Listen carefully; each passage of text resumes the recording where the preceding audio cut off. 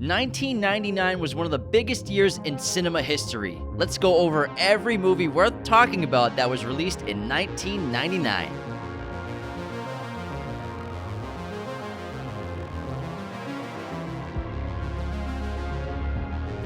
Hello, movie friends. Welcome back to Raiders of the Lost podcast, the ultimate film and TV podcast. And today, we're going to be discussing probably the greatest year in movie history, the year 1999. Now, there have been a lot of really great years in film. Obviously, 2019 most recently was excellent. 2007 was very good. 2017 we did an episode on. True, yeah. 2017 was great. 1994 is another great year. And then there's some great years in the 70s. But 1994, of course. I said 1994. Did you? Yeah. Are you not listening Not to me? really. I seldom do. I seldom listen to Anthony. But when you look at the filmography of 1999, it's shocking. It looks like it's like 4 years put together. That's how many really good movies came out this year. And if you compare it to like this year or last year, it's like there's like 15 really good movies this year, and that's like a fraction of 1999. It's absurd. I was putting this list together last night. It took me like an hour and a half because I kept going through so many top 50 movies of 1999, top 25 movies of 1999, and then I ended up just going directly to like IMDb, and I found obviously a Wikipedia page of every movie released in 1999. And it was absurd how many movies I kept adding to the list. There are several that we didn't include and some I might have missed or forgot. Many not worth mentioning that I didn't put on here. But for the majority of these, they are worth talking about. We've probably seen every single movie on this list, as well as I only included about 5 international films. Most of these are Hollywood, American, or I guess UK productions as well. English-speaking movies, but I put about 5 international in specific areas because we're going to do this in a specific order. We're going to go through the top 10, in our opinions, from 1999, and then we're going to do an entire category of drama, going over the other dramatic films. I love dramatic films. And then we're going to go through the horror movies of 1999, the action movies of 1999, which is shockingly sparse, and then animated films from 1999, which has some bangers, and then comedy we're going to finish up the episode with because there are so many comedy movies that came out in 1999. Huge genre. Remember how big comedy was? So this includes like romance comedy, teen comedy, action comedy, all kinds of things like that in there. And I remember seeing a lot of these because luckily our dad and our brothers didn't really care what we watched, so they let us watch whatever. Basically, Blockbuster, whatever. Blockbuster. Then also we saw a lot of these in theaters, but we rented all of these. I remember clearly watching these films when I was too young. Some of these, like especially some of the R-rated comedies and some of the more adult like dramas. I definitely remember watching all of these as a kid. Even American Beauty is pretty intense for a 9-year-old. Yeah. But I remember as a child watching pretty much all of these films. And that's like something like we were very lucky where like our parents were like, yeah, watch whatever you want, just as long as it's not like horrible. Just be quiet. Just be quiet. So Your 6 boys are so loud. We were watching these kinds of films. I think this is what obviously grew our passion and love for early cinema. 2000s. I think this is like a huge part of it. And I think, we grew up, this is like the best year of movies. So it's peak cinema. You hear peak cinema so often now, but people refer to like a movie that just came out or that came out last year or like last year was peak cinema. 1999, it's peak cinema. Fight me on it. It's like, absolutely it's absurd. Insane. Absolutely absurd. I'm just shocked when I'm just glancing at this list. I'm shocked. There's like 100 movies on this list. And they're all good. It's crazy. They're all some good. of them are mediocre.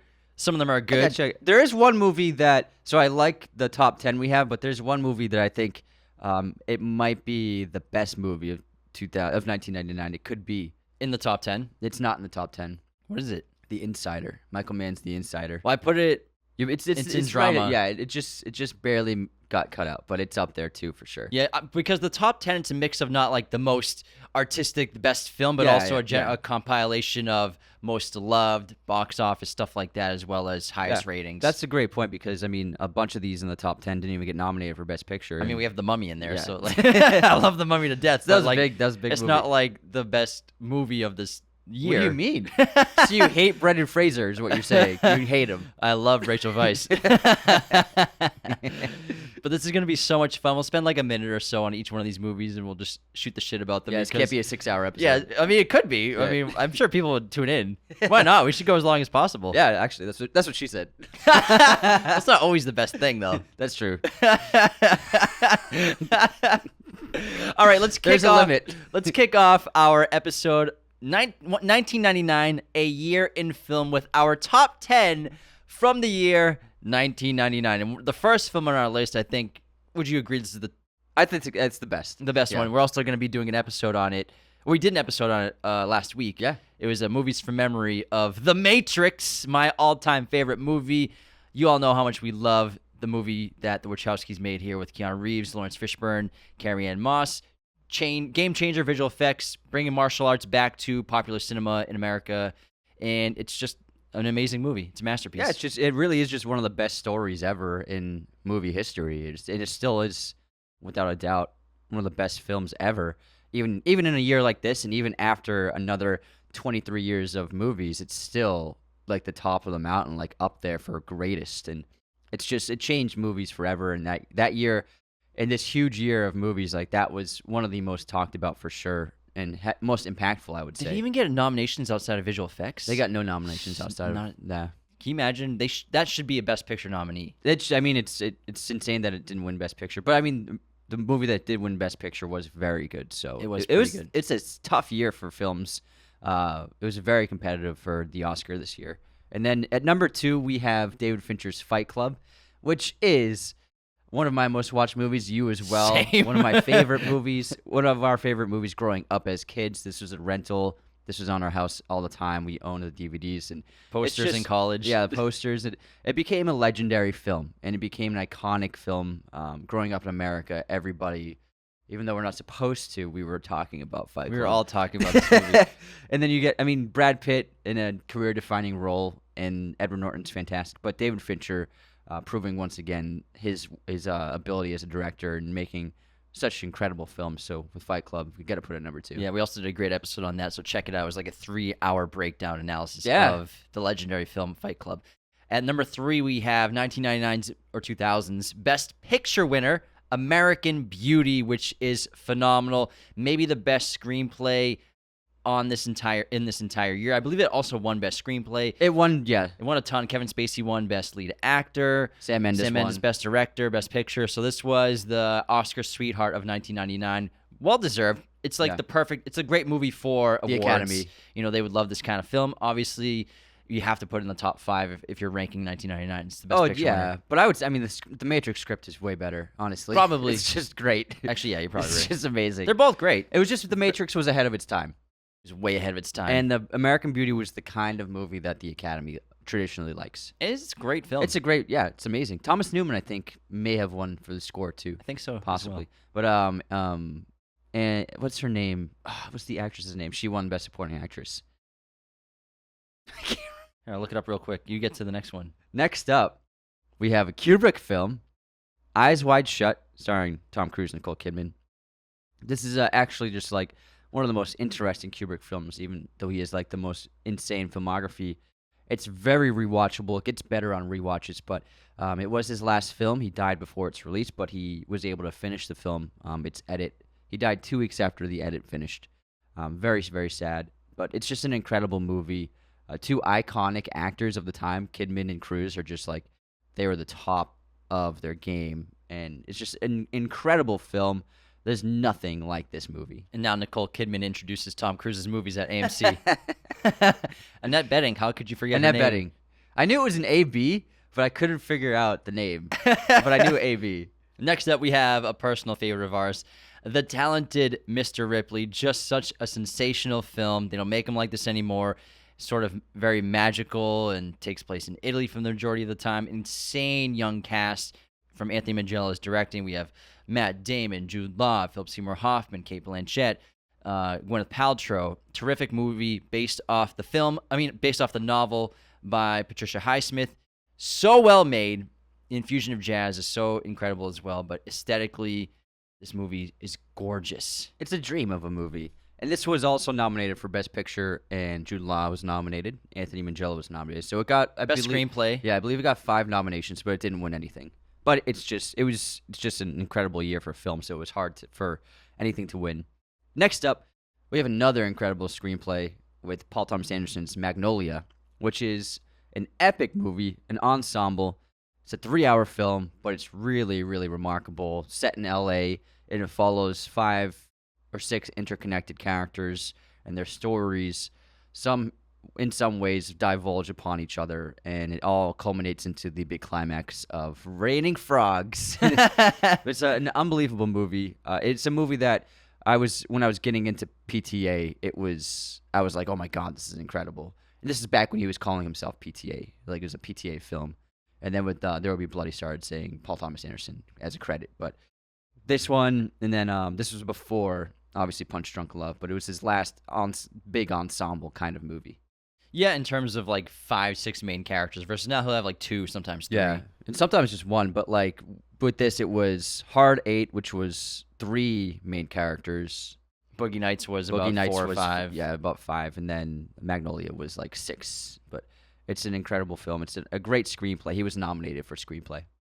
Next, we have The Mummy, which is just maybe the biggest banger of 1999. The most fun movie. Not the most successful, but the most legendary, I think, and everyone loves The Mummy. Brendan Fraser, Rachel Weisz are magic together on the screen. Maybe we'll get a Mummy 4 someday. Who knows? Because there's only been 3, right? There's been 3. There's been 3, so who knows? Brendan Fraser's The King is back. And this movie, it's just still timeless.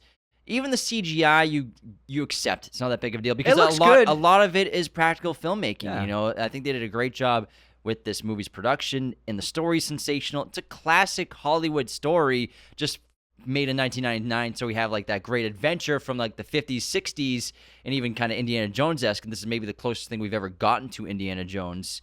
That this and Pirates of the Caribbean, since that genre just boomed in the 1970s and 80s, to like a great contemporary version in 1999. And also, what makes The Mummy really cool, and its sequels didn't manage this, but it was scary too. And it has some good horror elements to it for being still a PG-13 film, and basically for teenagers essentially. There's some good scares, and there's some pretty horrific elements, and they do an excellent job of showcasing horror, but not crossing the line to make it R-rated. Like the guy's body's being sucked, but you just see it in the shadow off the wall. Like there's some pretty disturbing imagery in this film for kids, which I think makes the movie really work because it is very scary at times. And I remember standing in line for it at the Woburn Showcase Cinemas. Woburn. It's in Massachusetts. And it was a huge line for it, and the line was like stretching into the lobby, and I was just like looking at the poster, and it was like this screaming sand.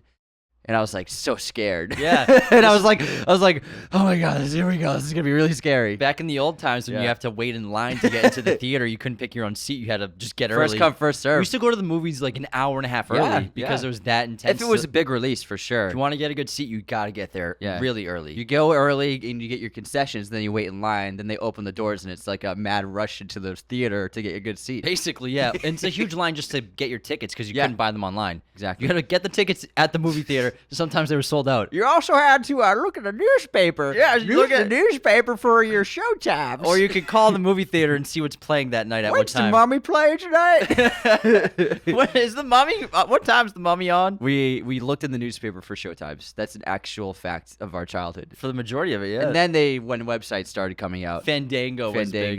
Then movietickets.com. Was a big one, and then you look at the showtimes online, but you couldn't purchase the tickets. At first, you would just see the showtimes, but then they had the payment processing in the websites eventually. You could pay online, then you'd print out the piece of paper. So you'd go to the you'd movie print it theater out, with a whole piece of paper. It's like at the airport when some people still print out their tickets. Like we would do that. Like when you print out directions on MapQuest. Oh my God, I forgot about that. Turn right at the train tracks. So we'd have. If it's a new theater, MapQuest directions printed out, and then your movie tickets printed out. You have a binder of paper. Oh, 1999, I miss you. And The Mummy, ancient cultures are so fascinating, and ancient Egypt and Egyptian culture is incredible and rich and dense, and we love it. Moving on to number 8, Toy Story 2, an incredible sequel to one of the biggest animated films in the history of cinema and animation, from Toy Story to Toy Story 2. No one knew that they could pretty much match what they did with the first one, and this is an exceptional sequel. So fun. it doubles down on pretty much everything the first one brought us, plus better animation, of course, because the first one still great, still holds up, but you could see it was in the beta phase of Pixar of what they would become basically. And also, like, it was like fish out of water-esque again. Like, they left the house, which I think really worked for the story. And then we had some great elements. The claw. Pizza Planet's in this one. There's a lot of great bits in this one. They did a great job with it. All right, next up, we have... Or is that the first one? Yeah, Pizza Planet is the I'm first getting one. mixed up. Yeah, I was going to say... What's the plot of the second one? The second one is when... Is it with the older sheriff and the toy collector? Yeah, with... what's her name? Oh, okay, yeah, gotcha. What's her name? Jessie, right? Jesse and the old guy. Jesse, yeah. So Jesse is like the third main character. The collector gets Woody. Because he's obsessed with the TV show and then everything. Buzz's villain. Buzz's villain, the super villain. But who's Buzz, his dad. yeah, he tries to save Woody, Yes, but Woody like finds purpose in life with this collector because Andy doesn't want to play with him anymore. Yes. And he has this new life. He's like, I'm happy here. It's very much like Tropic Thunder. When his name is Twigbert. I have a son. Thank you for reminding me. I definitely got them mixed up. I was like, wait a second, hold on. You're like describing the first one. I was like, Pizza wait. Planet. They do leave the home in the first one. You fucking stupid. Anyways, moving on to Frank Darabont's second prison film, The Green Mile. You didn't think he could do it twice, but he did it. He pulled off another masterpiece of prison cinema with The Green Mile, based upon another Stephen King story. Tom Hanks leads this cast. Michael Clark Duncan got nominated for supporting actor. Sam Rockwell, in an early role, is in this film. He's excellent in the film. This is a great film. It has so many themes of spirituality, religion, justice, and it's just a remarkable film. There's nothing like it. It's a really interesting film, too. Beautiful score from Thomas Newman, great directing. And Frank Darabont has not made many films, but this is definitely one of his best for sure. Plus sprinkling in the supernatural, which is always fun to see in a great movie like this. Speaking of the supernatural, number 10 in our top 10 of 1999 is M. Night Shyamalan's The Sixth Sense. We did a great episode on this like 6 months ago because this is one of the biggest movies coming out of the horror genre for all time. It was so successful. This has funded like all of M. Night's movies since then. It might be the second most successful horror film, I think. It's up there. And it was huge for M. Night, especially for Bruce Willis, because Bruce was making his big comeback, of course, in the 90s. He made a fortune. I think he made $100 million off this movie. You made a fortune. Fortune! You did really terrible things then, Gia. Really terrible things, Robert. You made a fortune. The Prestige reference. And it's scary. It's so well written, really well directed. Haley Joel Osment, such a prodigy of an actor at such a young age, in so many incredible roles. And then Toni Collette as the mother in this film is phenomenal. It's just a terrific horror movie. Never really seen anything like this. Great concept, spooky as hell. Great twist. This was, M. Night's maybe best twist in a movie he's ever done, and I think it still is probably his best film. It is his best film, and he came out of nowhere because his first film, nobody saw it, and so he was still very unknown. And I believe this film grossed $600 million in 1999, which if you adjust for inflation is about $900 million, maybe even closer Probably to more. $1 billion, which is The last 5 years. That's insane. It's insane. Like, these are the kinds of movies that used to get those kinds of grosses, because this movie, it didn't have a giant opening weekend. This movie was word of mouth. Everybody was talking about this movie when it came out, like, oh my God, I saw The Sixth Sense last week. Oh my God, you guys see The Sixth Sense? It's incredible. Everybody was like whispering about it and talking about it. Sixth Sense. Oh my God, I see dead people. Sixth Sense. And it was just like this movie that everybody was buzzing about, and that's what created its success. And like, this is like that rare, like $600 million for an original horror film rated R. Like, are you kidding me? From a director nobody had heard of. It's still one of the most impressive successes of all time, I would say. $690 million. $700 million? Oh my God! So that's over $1 billion adjusted for inflation. I wonder how long it was in theaters for. It had to have been like half a year. Yeah, it definitely ran for a while. 'Cause Like, this is when movies ran for a while. Yeah, if they did would well. run for like, if they were a good movie, it'd be in theaters for months. Yeah. Now it's like 3 weeks if you don't make 50. If you back on Amazon Prime. If you don't make your budget, you're going to streaming. Yeah, you're on Hulu in 2 weeks. It's crazy.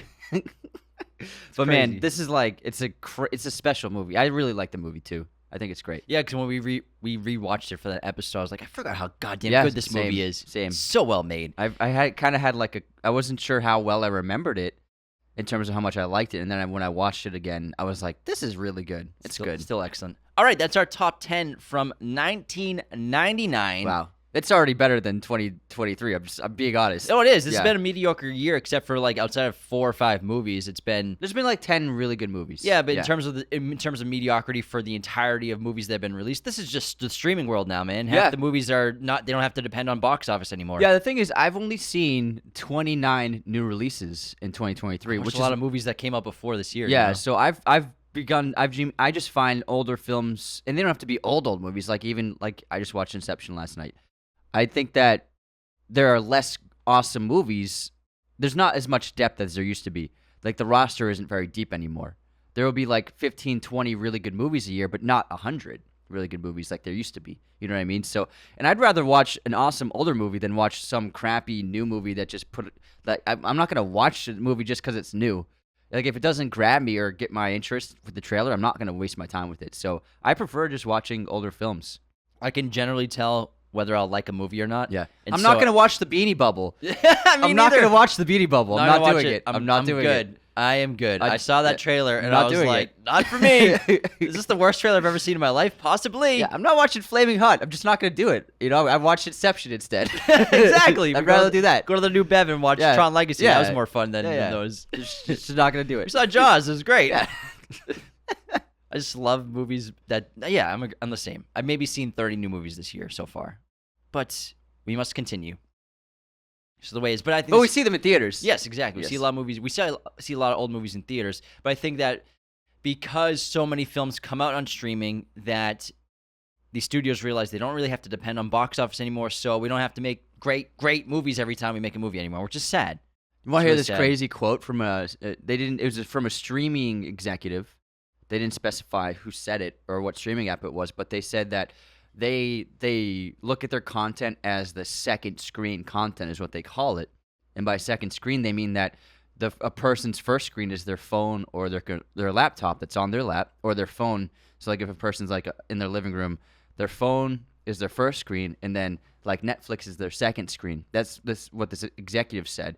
And so they're specifically making like the originals, like the ones that they produce, most of the time to be less engaging and less interesting, so people don't notice that it's on in the background. It's just background noise. Yeah, they now. don't want people to be like pulled in and be like, oh wait, what am I watching? And then like, oh, I don't really like it, and then they turn it off. So they want it to be just like very like non-distracting and not engaging, so that people barely realize it's on in the background. And they keep it playing because So they they're can keep the looking minutes- at Instagram yeah. and then they Yeah. look up, oh hey, there's a attractive person. Yeah. Oh, kind of funny. Let me look back here. Yeah. That's really sad. Yeah, That so they call it second screen content. that's what we've come to. This is what we mean by a Yeah. lot of studios. They know they don't care about box office for half their movies anymore. They just want people to hit click play and whatever, just watch it.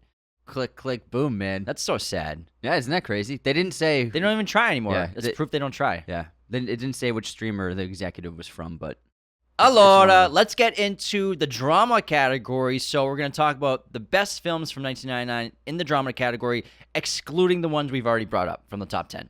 And so we're going to start off with, you might as well go with The Insider because you think it's... So the Insider is Michael Mann's film starring Russell Crowe and Al Pacino, and Russell Crowe played a whistleblower for Big Tobacco, based on a true story of the whistleblower from Big Tobacco that 60 Minutes ran a story on, but the man's entire life was destroyed. He was fired, blacklisted, and then the media destroyed him.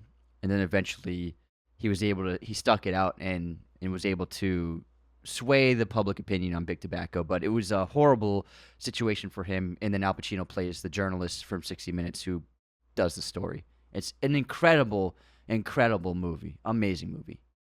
All right. I haven't watched it yet. Oh my God, dude, you gotta watch it. I'll put it on my watch You list. gotta watch it. I've been meaning to. Make that your next to watch. I will. Because it's Michael Mann. Yeah, I love that guy. It's a 3-hour movie, but it's worth the runtime. It's really great. Next up, I have a personal favorite of mine from Polanski, The Ninth Gate, starring Johnny Depp. This movie's awesome, and I checked it out on IMDb. I think it's a 5.9 on IMDb or something like What? that. Like Oh in my the 5s God. or 6s, and I'm like, how is this that low? Because it's an awesome movie, supernatural, We have Heaven and Hell, Angels and Demons, and Johnny Depp is terrific in this role. He plays a rare book collector and dealer. It's a 6.7. 6.7. Still low. Okay. Anything below 7 is bad. Maybe I'm thinking about something else. But still, 6.7, Polanski in this film. It's got an incredible opening, and he's basically on this mission to try to procure specific books, these specific books from hell, you could say, for these different collectors. And it's got some great twists, great gore, an insane ending. And if you love the movies that infuse heaven and hell, angels and demons, God and the devil, this is right up your alley. It's so good. I love that movie. It's great. It's great. My God. And Johnny Depp, and peak Johnny Depp. Peak. Next up, we have All About My Mother, a Pedro Almodovar film, starring Penelope Cruz as a recently bereaved mother whose son passed away. So she's confronting that and dealing with that. Really beautiful story, very colorful. All of Almodovar's, for the most part, are really colorful productions. Lots of strong, bold colors of blues, reds, yellows, primary colors he likes to use. That's an example of that. And then Penelope's amazing. Next up, we As have... always. Always amazing. Siempre. Next, we have Girl Interrupted. This is a film from James Mangold, starring Winona Ryder and Angelina Jolie. Really terrific film that takes place in a mental hospital where Winona Ryder's character enters this hospital, and she kind of starts to bond and connect with people in there, specifically Angelina Jolie's character, and she kind of has to choose between this world inside this mental facility and the reality of the outside world, and she's kind of battling between those decisions, and it's terrific, great drama, and I believe Angie won her Oscar for this, right? Best supporting actress. Yeah. She won, yeah. It was a tough year for that category with all these great movies. Like that was probably like a ton of competition for supporting actress. This movie made her a huge star. Yeah, I mean, winning the Oscar is a big deal. Next up, yeah, it's pretty big. and then she did Tomb Raider after this. Yeah, in 2000. Oh yeah. Oh, I remember. Next up, we have The Hurricane, starring Denzel Washington, and the true life story of the boxer who was wrongly convicted of murder and then freed again. And it's a great, great boxing movie. Excellent performance. Check it out. Next, we have Sleepy Hollow. I love Sleepy Hollow. Me too. A great kind of evil fairy tale from Tim Burton, starring Johnny Depp. And who else is in it? What's her name? Christina Ricci. Christina Ricci. And then Christopher Walken. Christopher Walken doesn't say a line. This is Christopher Walken's entire performance. It's great, though. He's got like those sharp teeth. It's about a series of murders. He plays an investigator who goes to this town, Sleepy Hollow, to investigate murders of people being decapitated. By a headless horseman. A headless horseman. Great Great character name, too, Ichabod Crane. Yeah, it's great. And Dumbledore's in it. Yes, he is. Michael Gambon's in it. But like an angry townfolk, right? Yeah, he plays Christina Ricci's his dad. father. Yeah. But the Headless Horseman is a famous tale, and growing up, like that's part of like Halloween lore. Is the Headless Horseman? It's one of those stories. So I really enjoyed watching this film as a kid, and it's I think it's one of Tim Burton's underrated movies for sure. Next up, excuse me, we have The Virgin Suicides from director Sofia Coppola. It's a true life story about a family of teenage girls who all kill themselves and obviously destroy the family because of it. But it's about those girls and what led to that, the events of that. It's a really fantastic film, beautifully shot on film, and she showcased that she's just as talented of an artist as her dad is. Next up, we have Summer of Sam, which is a New York City serial killer movie. So Spike Lee decided to take this on, one of the most prominent New York City directors, starring Adrian Brody and John Leguizamo, and it's about the real serial killer who was at the time. I think it was something of Sam was the serial killer's name, right? It was in Mindhunter. That guy. They called it Son of Sam. Son of Sam, yeah. So Summer of Sam, Son of Sam was the serial killer that was in Brooklyn. It was New York City and Brooklyn, and so it's about people who are, one of them is like Leguizamo is a potential victim of the killer and basically trying to survive and trying to find out who the serial killer is, but also kind of all looking over your shoulder and accusing each other of maybe you're the serial killer. Great movie from Spike Lee. Adrian Brody plays a punk rocker. Yeah, he's got a great hairdo. Crazy spiked hair and outfits. And there's a concert scene where he's the lead singer, I think, or the bass player or something. And Totoro's in it too. Next up, we have He's in like every Spike Lee movie. Next up, we have Rosetta from the Dardenne brothers from Belgium. I believe this won the Palme d'Or at Cannes, and it's a really remarkable film. We actually talked about it on our Letterboxd recap a couple weeks ago. And our international films. Yeah, it's about this girl in Belgium who lives in poverty, and she's struggling to support herself. She has a terrible alcoholic mother. They live in trailer park, and just life is very difficult for some people, and it's a great example of the lower class of that country and how the daily struggle to survive that many other people are unaware of. It's a great movie. The next film, I will not lie to you, I have not seen. The Cider House Rules. It was a big Oscar movie that year. With Elijah. Several nominations. This is what Michael Caine won an Oscar for. Yeah. Best Supporting Actor that year. So it had that. It won Best Screenplay as well. Best Directing for Lasse Hallström. It won screenplay? Yeah. Not Alan Ball? Oh, I'm sorry, nominations. Okay, I was going to say. I'm sorry. So sorry about that. But I've never seen it. It's good. I remember seeing it. I'm curious because Michael Caine won an Oscar. I kind of got to watch that performance. Yeah, I've seen clips of it. He's one of the best actors Charlize ever. Theron's in it as well. Yeah. Paul Rudd, Paul Rudd's in it. Oh, my God. Delroy Lindo, The Five Bloods, Oh my, he's great. Yeah. Crooklyn. He's great. All right. Oh, he's in the one. Yeah, the one. Yeah, he's in a bunch of movies. All right, next up we have He's in October. Clockers, the Spike Lee Harvey Keitel movie, as well. Gone in 60 Seconds. Gone in 60 Seconds. Detective. That's his big movie. This is Yeah, big. that's it. Blade. He's going to be in the new Blade. Oh, is he? Yeah. Is he?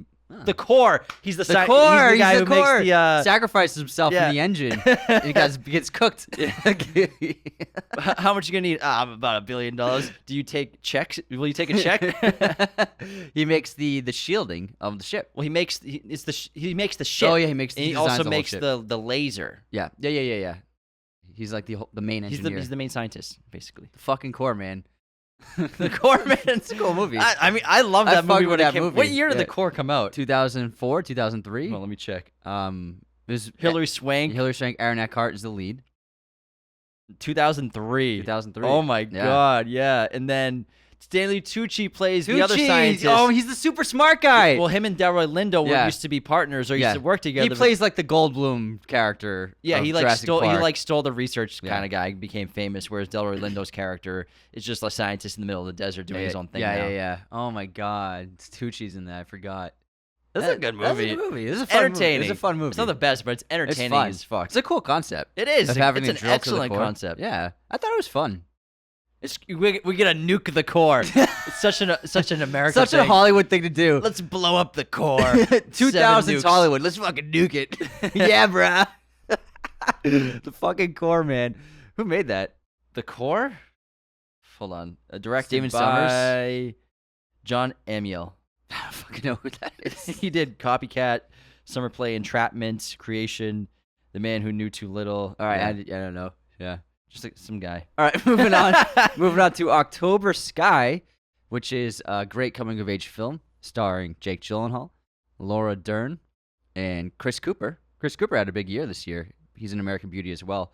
It's about a young boy who's interested in space, but he grows up in a mining town, and so he's in a bubble, and he has a ceiling over his head, but he's trying to get out of that and pursue his passion for space And yeah, and if you've never seen it, and rockets. it's really excellent. It's very inspirational.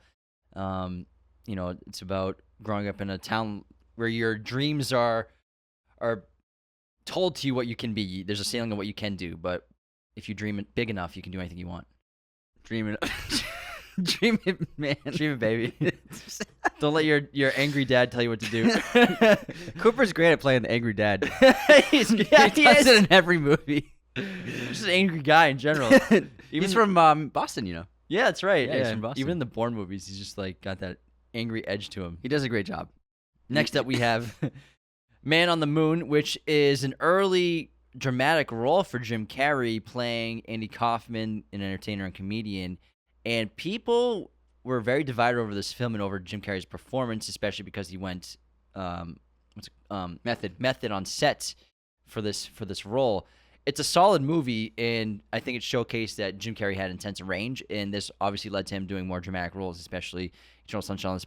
Eternal Sunshine of the Spotless Mind, Truman Show later on in the early 2000s. So I think this is an important movie for him as an artist to tap into something that nobody said he could do. And I believe Milos Forman made this. He sure did. Yeah, that's right. He also made One Flew Over the Cuckoo's Nest. Great director. But there's a cool documentary on Netflix about it. Yeah. Jim won a Golden Globe for Best Actor. He has 2 Globes. Have you ever seen that speech where he's at the Golden Globes just like introducing something? He's like, I am 2-time nominated Golden Globe actor Jim Carrey.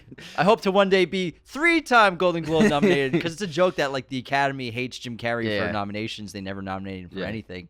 He said, when I wake up in the morning, I'm I don't wake up as Jim Carrey. I wake up as 2-time Golden Globe winner Jim Carrey. It's really good. His delivery is incredible. That's great.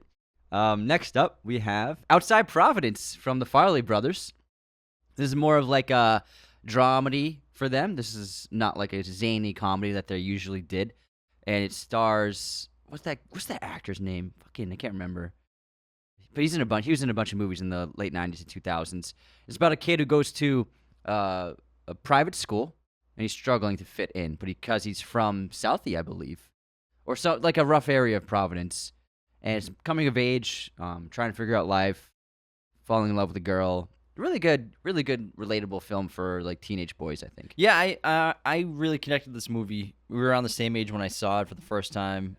It came out in 1999, but I saw it when I was a little stoner in 15 years old. But really connected with it and fell in love with Amy Smart. Oh yeah, Amy Smart's in this. His name is Sean Hattasy. Sean Hattasy. He's also, you would have seen him in Alpha Dog, The Faculty. Yes, Faculty. So he's in a bunch of stuff like that. He's the football player in The Faculty. Yeah. And it's a solid movie. It really is. And it's a great coming of age film as well.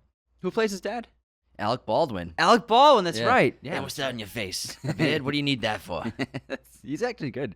He's good in it. He's a good actor. Yeah, well, the accent's always like some actors fuck it up. He did a good job with it. Yeah. And obviously The New The England Departed, accent. he did a great job with it. I like when we did The Departed, we rated his accent as like an 8. Yeah, he did a great job. His was excellent. Yeah.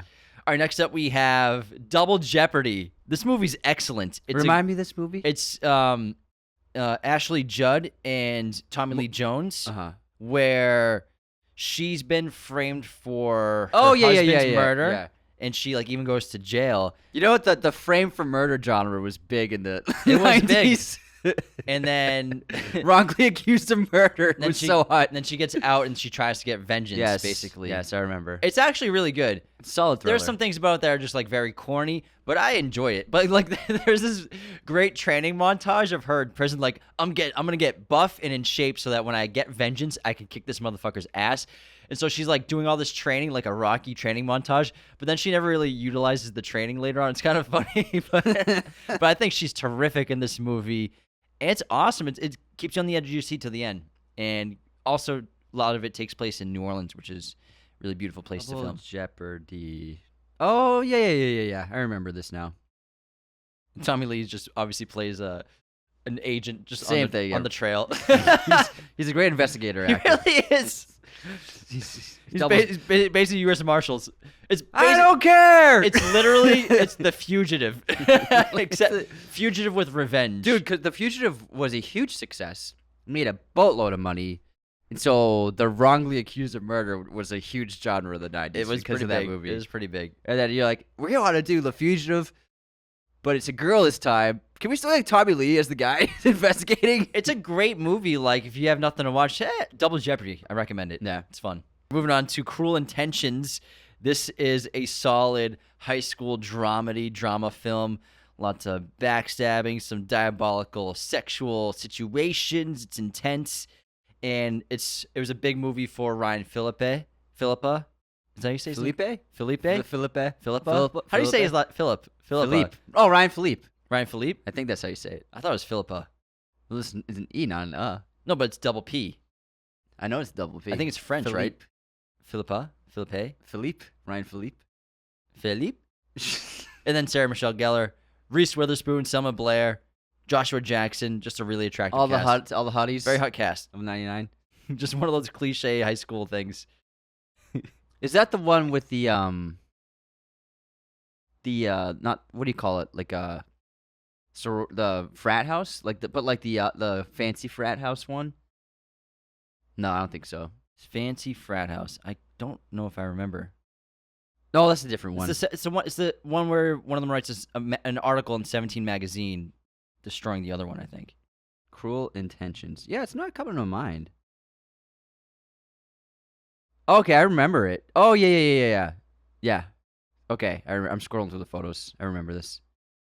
I'm thinking of something else. It was Joshua Jackson. It was like It was a college one, and they had like it was like Eyes Wide Shut, but with like college students. You know what I mean? You know what I'm talking about? Maybe. Let me look at Joshua Jackson's filmography. I'm doing it right now. See if The Skulls. Oh yeah, That's it. Yeah, The Skulls. It's like an Eyes Wide Shut. Paul Walker was the lead. That's what it is. Oh, I remember this. Yeah, it was like Eyes Wide Shut, set in college. Terrible poster. Yeah, so you can't even see their faces. Terrible. It's like, okay, you gotta squint. Like, who's in this movie? Terrible posters. How do you not just show off their faces as easily as possible? But yeah, that's what I thought it was at first. He's in a bunch of horror movies. The Skulls. Next up, we have Boys Don't Cry, starring Hilary Swank in her big breakout role. Oscar win too. Yes. No. Nominee? Nominated. Nominee. Annette Bening won lead actress for American Beauty. So, but she was nominated. And it was her first big role. She plays a woman who is disguising herself as a man and trying to blend into this small town and trying to basically stay under the radar for who she really is. And it's a really great film. It's very, very good. I remember really liking it. Next up, we have Bicentennial Man, starring Robin Williams, as he's like a robot that a family has, but he finds humanity in the relationships with them. And he's like made of like bronze or something. Or like tin. It's like the Tin Man, basically. It's a fucking really weird movie. Remember it, man? Yeah, I remember Bicentennial Man. I remember watching it and being like, that was really weird. It was a weird movie. It didn't work. Yeah, it Didn't work. really work super well. Yeah, he looks like the Iron Giant is what he looks like. Because I feel like, yeah, it was weird. It's a weird It was a movie. weird movie. It's like it's one of those Robin Williams movies that people just don't talk about. The character design's pretty odd. Yeah, But yeah, it's an odd one. it's an odd one. Next up, we have Any Given Sunday. Oh yeah, hoo-ah! One of the best football movies ever made, starring Al Pacino as a coach for this team that had like a horribly losing season. He's trying to turn the team around. Also starring Jamie Foxx as the new young hot star quarterback who gets his chance to start, and it's them together working their best to keep their personalities in check while combating with each other, but also trying to be the best team possible. It's solid. It's a good movie. I love that movie. It's a good football movie. All right, that's the end of our drama section. How about we'll do horror, and then we'll take our intermission. Actually, let's do our intermission, then we'll do horror. Yeah. All right, so we'll go into our intermission because we still got like 60 movies to talk about after this because there's so many bangers that you will be There's so still some shocked insane ones. came out in 1999. But before we continue, the best way to support Raiders of the Lost podcast is to leave a 5-star review either on Spotify or Apple. Those ratings really help us get seen by new people and new listeners. They help us chart immensely. It's so important and integral to the show for new people to find us and to chart. So thank you so much to everyone who's left 5-star ratings and reviews. The Apple ones, you can leave a written review, which we love to read out on the show. I'll do one in a couple minutes. And also, the other best way to support Raiders of the Lost podcast is to become a patron today at patreon.com/Raiders of the Lost podcast. Patreon is a subscription-based form of financial support for the show. We have 5 different tiers of membership: $2, $5, $10, $25, and $100. Every single tier gets you access to 2 bonus episodes every single week. The weekly chat, which is exclusively on Patreon now, you get access to that, as well as an additional bonus episode, which everyone also gets access to on Patreon. Each tier has a bunch of different perks depending on the level. Everyone gets a message. Some people get video messages. $10 gets you access to the Discord, which is a great community we've built. We have watch parties on there a couple times every month. We just did the Nice Guys, which was so much fun. The $25 gets you a custom episode. $100 gets you your private watch party. You get to come on the show for a fun guest segment after 3 months. All sorts of perks like that, free merch. So thank you to everyone who is a patron. And think about signing up today. If you're thinking about it, go to patreon.com/Raiders of the Lost Podcast. And this episode, of course, is sponsored by our friends at movieposters.com, the #1 place to get your posters online today. We just got a new shipment of posters, and they look fantastic. 2001: A Space Odyssey, Top Gun: Maverick, Evil Dead. They are the #1 place for all of your poster needs. They also have a great coupon code with us, Raiders10, to get 10% off your order today. Again, they have a huge library of pretty much every movie and TV show imaginable. They have all sorts of sizes, framing, and they even have backlighting if you were interested in that. Again. I keep saying again. Again.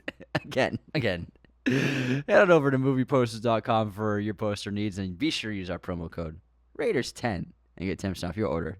Again. Let's move into the intermission again. By the way, I noticed your Prime.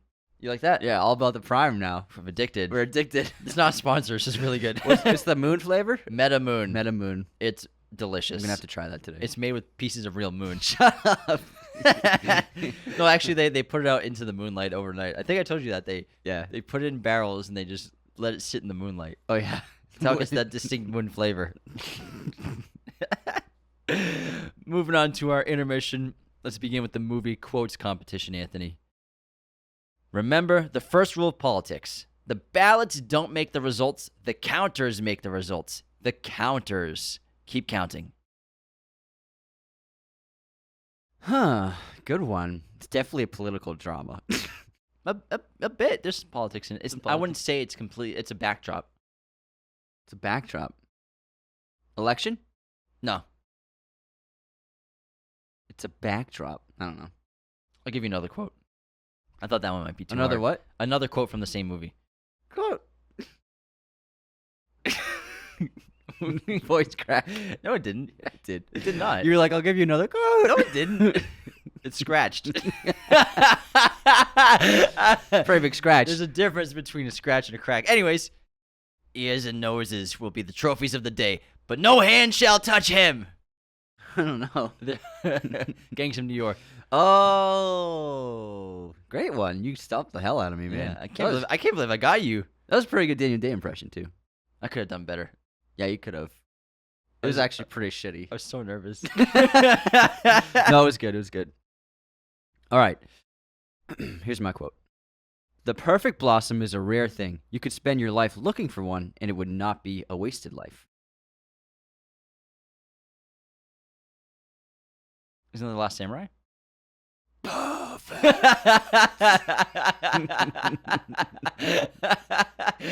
That's one of my favorite memes to send to Jim. That GIF of Ken Watanabe. He's dying and Tom Cruise is holding him, and then he sees the perfect cherry blossom tree in the distance, and he goes, "Perfect," and then he dies. Love that movie. It's great. All right, guess this movie release here, Anthony. Once Upon a Time in Mexico. 1996. 2003. Fuck. You're way off. Damn, it's that young? Yeah. Huh. Because he did El Mariachi in like 98, I think? Before that. From Dusk Till Dawn was like 98, I think. Or Dust Till Dawn was 98? Mariachi was like 93. Maybe that's 96. Yeah. Man, I didn't realize that was made after 2000. I don't know. I thought it was before. Because, I mean, Antonio Johnny. Yeah, Johnny was big. Johnny was big. Yeah, I guess Johnny is a little older than in the 90s. As the blind set. He's great in that. All right, next up. What year did Memoirs of a Geisha come out? Clint Eastwood film? Memoirs of a Geisha. It's not a Clint Eastwood film. Or, he did, what's it called? Mixed up with something else. Flags of Our Fathers? No. Well, that's another... Letters from Hiroshima. Letters from Iwo Jima. Iwo Jima? Yeah. That is a Ken Watanabe film. Yeah. That Clint Eastwood directed. Stumped me. You see, you got me a little confused there. Now I'm so thrown off. Memoirs of a Geisha is about a geisha who becomes a girl who becomes a geisha. So it's not a war film. 1997. 2005. Yeah. Nice. It's great. It's a great John Williams score too. All right, movie pop quiz time. Who directed The Devil's Advocate? Good question. Keanu and Al Pacino, man, And to give you a hint, this person has an Oscar as well. What? Who directed this? Devil's Advocate. The Devil's Advocate. Holy fuck. They have an Oscar for directing. They have an Oscar for Best Short Film. For Best Short Film. So you're not joking? That's real? No, it's real. Okay. I was gonna say, did an Oscar-winning director make this? Okay, all right. That's. I was trying to stump you even more. I wanted to get you like, oh, who was it? I don't know. Taylor Hackford. The fuck is Taylor Hackford? He's the guy who made Devil's Advocate, Anthony. That's who he is, motherfucker. I was like, no, like crazy respectable director made that movie. I think it's a good movie though. No, I'm not saying the movie's bad. I'm just saying in terms of like, I remember it's not like an iconic director at all that made that. But True. It's a good movie. I love that movie. It's fun. Okay. I love the ending. Who directed The Last Samurai? Oh shit! Who did direct The Last Samurai? It was Taylor Hackford.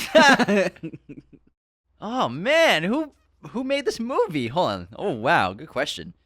And you love it too. I know I do. How do you not know the director? Francis man? Lawrence. He wasn't that big back then. Holy crap! This guy's made some very good movies. Edward Zwick. Edward Zwick is Yes, right. got it. Nice, you got it, man. Yeah, you I got knew it. that. Do you know some of his other movies? Edward Zwick. Oh, holy crap. He did Blood Diamond. Yeah. Big Glory. You name him off. I used enough brain power to get that out of my head. Okay. You did get it right. I thought, yeah, you got it, bro. Whew, I was worried if I didn't get that, I would have been like, I'm not a true Last Samurai fan. I don't know how it popped in my head. I think I was just thinking of the opening credits and yeah, that's probably what it was. All right. Do we have any Raider haters, Anthony? Any haters of the week? Raider. We got some unsubscribes. Oh, we yeah? got some Raider Who haters. we got? Okay. Jazzy Jeff wrote in a post I made about Oppenheimer, the bomb. Nolan didn't set off a real nuke. I'm unsubscribed. I suck at reading. Sorry. I ruined that, Jeff. Sorry. Anthony, you butchered that, man. It's a fucking 4-letter word. And I couldn't even read it. Nook. It's Dimitri Lavender wrote in our best movies of 2023 with Real Talk. They wrote, "Damn, no love for Infinity Fool. It seems looks like I'll unsubscribe." Sorry, but I just didn't like it that much. And then Bryce Canning wrote in our Barbie episode, "I don't see past live streaming on Apple TV yet. Unsubscribed." I think I said it's on Apple TV, and I was wrong. Ben Huff in our Oppenheimer episode, "Wow, Darling Deco, a.k.a. Anthony's dummy account, leaving his own 5-star iTunes review, unsubscribed." I know. So I read a review in a previous episode, a 5-star review that someone entered, I guess, a ChatGPT prompt. ChatGPT prompt Yeah. to leave a review, but it was only glowing about Anthony. It was saying how incredible Anthony was and how he really makes the show and he's so charismatic and Brilliant too. James is fine, but it's really Anthony that makes the show work. It's so funny. It was hilarious. I swear. We all know it's a lie. I swear I didn't write it. I swear to God, it wasn't me. I swear. Sure. Yeah, that's it for unsubscribes. All right, we have a bunch of new 5-star reviews, so I'll get to one right now. Oh, I'm sorry. There's one great one. In our Ice Cube interview, Henry wrote, "Ask about Marvel and Star Wars. Do you guys even know how to interview?" Unsubscribe.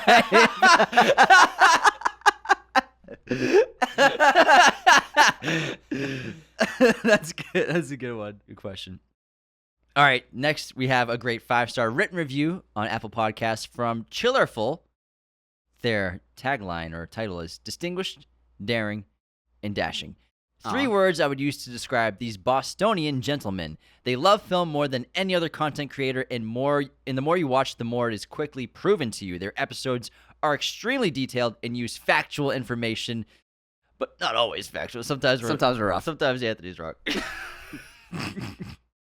But are very. you just like cracked yourself up. I did. You're like, sometimes Anthony's wrong.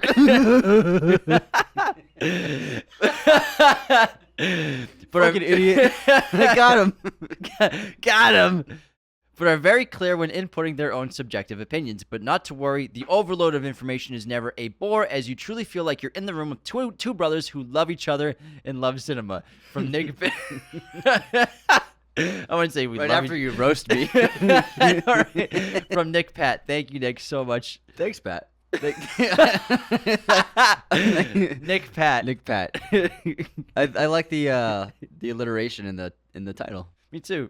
I respect alliteration a Yeah. lot. I love using it. I like to use it in my letterbox reviews. Oh yeah. Yeah. That's The way awesome, you man. just looked at me. That's so cool. You're like, man. wow, amazing. Congratulations, you can write words. I got a couple tears coming. Yeah, I know all about alliteration.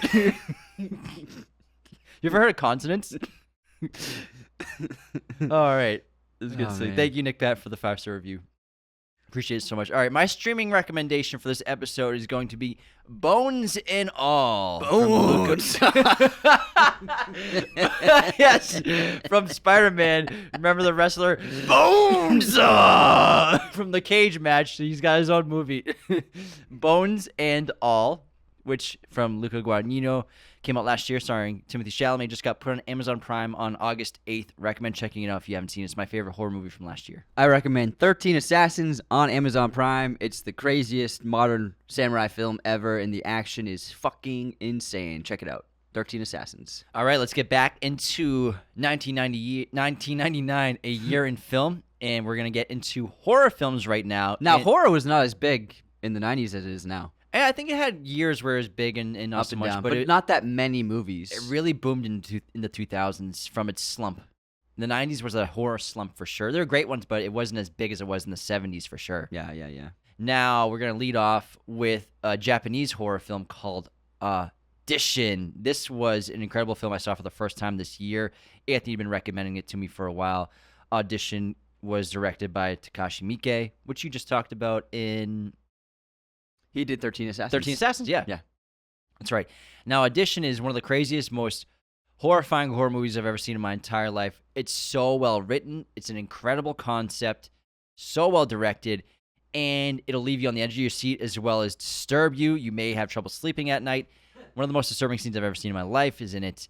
And also, don't try to take advantage of women because some bad things will happen to you. It's fucked up. It's like a good for her movie in a lot of ways, Yeah. in the most horrific ways possible. But she does take it a little too far. A little bit too far. Hey man, good for her. Next up, we have easily one of the most impactful horror films ever, and it really changed the genre, The Blair Witch Project, the first major found footage success. When this film came out, the marketing was the early days of viral marketing online, and people were buzzing about this film before it came out. There was some weird footage and trailers released online, and no one had ever seen a marketing campaign like this before. It was so new because not everyone was really connected to the internet, and there was like 7 websites that you could go on. It was like a photo and text was a website. And I'm trying to remember, so YouTube wasn't really a thing. YouTube was not existent yet. So we were seeing it via, obviously, like some posters. They had a trailers. website. So, okay, that's what it was. So when a movie would come out, they still make websites, but so we went to New Bev a couple weeks ago, and they played trailers before the film. One of the trailers was a movie from like 2000, and at the end of the trailer, it was the website for the movie because that was how they marketed online. There wasn't YouTube, there wasn't obviously social media, but like there wasn't even a place for videos. like even The Matrix had a big website. So movies would make a website for their film, and that's where you could watch the trailer. That's where you could see synopsises or any like press photos for the films that came out. So this is an example where they made the Blair Witch Project website, and the website got so much traffic and went viral online. But also it was just viral word of mouth. Yeah. You know what I mean? People were just talking about it. Like, what is this movie, The Blair Witch Project? Oh, you have to see it. I remember the first time I saw it was, we didn't see it in theaters because We were too young. scared. But I watched it by myself once on VHS. It was so odd to be home alone when we were young because we had such a big family. There was 8 of us, and at times 10 people, 11 people living in the house. And one time I was home alone, I think I was 10, and I put on The Blair Witch Project, and I didn't sleep that night. I don't know why I did that. I was just curious. I thought I could handle it. I remember being horrified by it. I was looking behind me while watching that movie every Yeah, 5 yeah. minutes. I was horrified by it. It was good. It's good. It's a solid movie, but it started the trend of found footage. It was a huge movie because it's still a genre that people are playing with, and I even think like even recent found footage movies like the Creep movies are really terrific, and they would not exist if it wasn't for Blair Witch Project. Absolutely. Next up, we have Existenz, which is a very trippy, cool body horror film from David Cronenberg, starring what's his name? Jude Law, Jennifer Jason Leigh. VR. Basically, like a biological VR sort of film, and it's very trippy. If you like Cronenberg movies, this is one you definitely want to check out. It's super cool, yeah. Then we have The Bone Collector. Bone Collector! Bones! Starring Denzel and Angelina Jolie on the hunt for a serial killer. It's actually a really, really good serial killer movie. It's solid. What happens is Denzel's character ends up getting paralyzed in the opening of the film. And so Angie takes on the case, and so he's like helping guide her. They're connected via radio, and he's constantly like in her ear while she's investigating stuff. And then it's a really solid serial killer movie. It's good. They have great chemistry. It's good. It's got a great third act.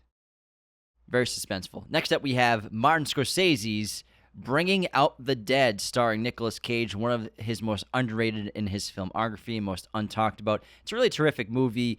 It's trippy. It's surrealist. It's about Nick Cage playing a what's it called? A paramedic, ambulance paramedic, and basically he's sort of losing his mind because of all the times, not only just staying up late and working nights, the graveyard shifts, but also watching so many people die has kind of led him to go a little bit insane and start to see things that most people should not be seeing. Tom Sizemore is very good in it too. Yeah. Next up, we have the shark movie of the 90s, Deep Blue Sea, which is a really good shark movie. Thomas Jane is the lead of this film. LL Cool J, a couple other great actors. And so great you can't remember their names. I can't. Samuel Jackson, baby. Sam's in it, yes. The shark ate me! The motherfucking shark ate me! And it's about a group of research scientists who developed this technology to bring sentient intelligence to sharks, where they become very, very intelligent. But they're trying to cure Alzheimer's. You're trying to cure Alzheimer's. They're not doing it for fun. They're not doing it for funsies. Just to see what happens. Got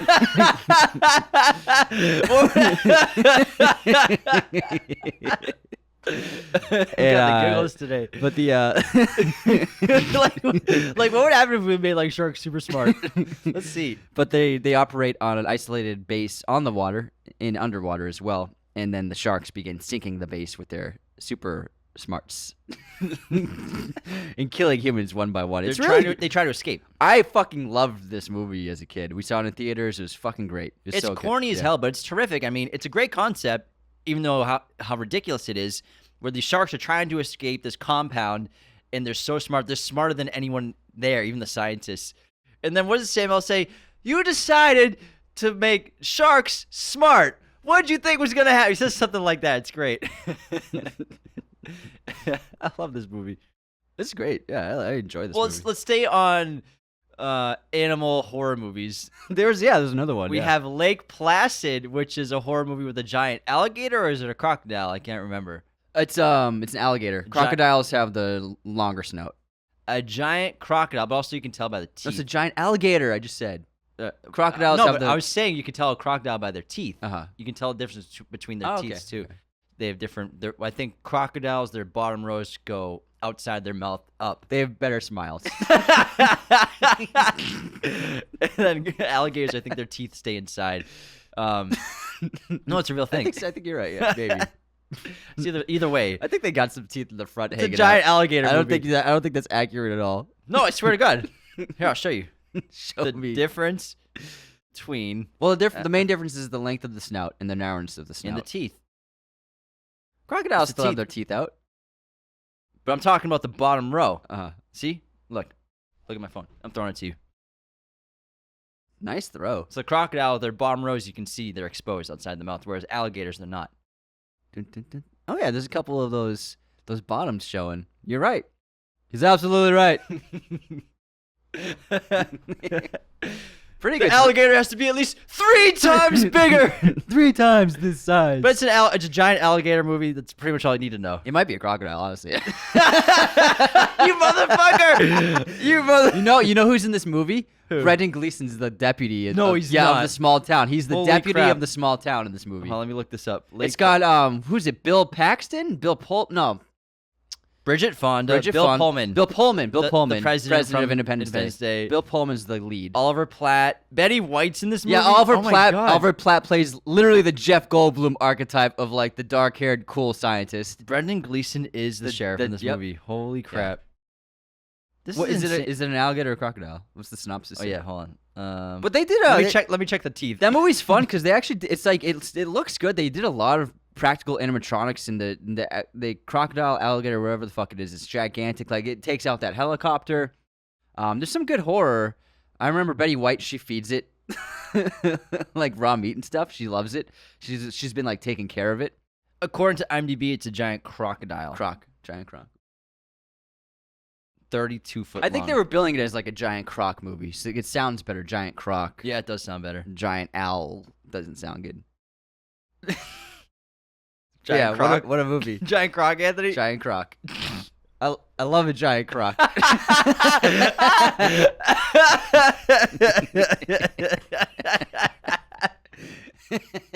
Moving on to Idle Hands. Idle Hands is a fun horror movie. Yeah, it's a teen horror comedy about this guy, Devon Sawa. He was in Final Destination. I used to always mix him up with Jeremy Renner when I was younger. They look similar. Yeah. They look similar. And one of his hands becomes demonic and possessed and starts killing people and trying to kill people and has a life of its own. So he's trying to fix it and stop himself from killing people. It's really fun. Yeah, Doesn't he have a best friend that's like he's a ghost? He's talking to him, or he like comes to life. I think he kills his best friend. yeah, it's Seth Green, right? It's either Seth Green or maybe Jay Moore. Maybe Seth Green. I mean, it'd be more satisfying if Jay Moore was killed in it. Oh my god, he's so annoying. Jay Moore was always so annoying. I'm sorry. He's like my least favorite actor, probably. I mean, Michael Cera's death is not a complete waste. You offended people in that. It's a quote from This Is the End. It's a joke. And I know. I remember you guys in the TikTok clip. It was like people were like, no Michael Cera hate. I love Michael Cera, but it's a funny ass line because of Michael Cera in the movies. An asshole. It's great. Yeah. Well, if Michael Cera's dead, it's not a complete waste, is it? Yeah, I never liked Jay Moore.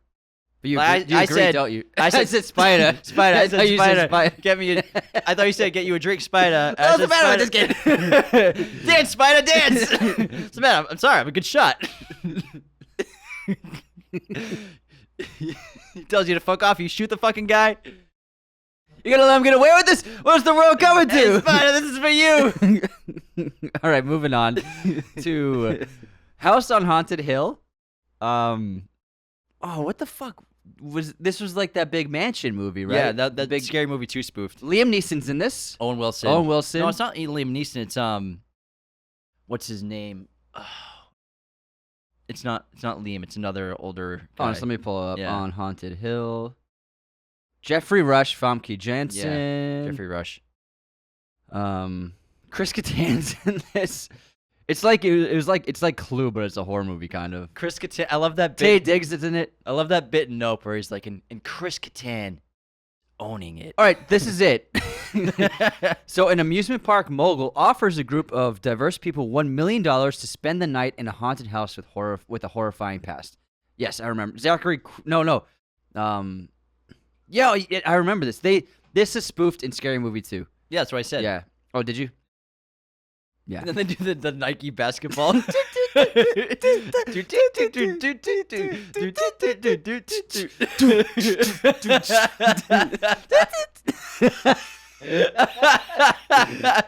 If anyone hasn't seen the Scary Movie 2, in like 2000, Nike put out this ad of just people dribbling with just a spotlight on them, and the rest of the background is dark, but it's just like squeaking and dribbling.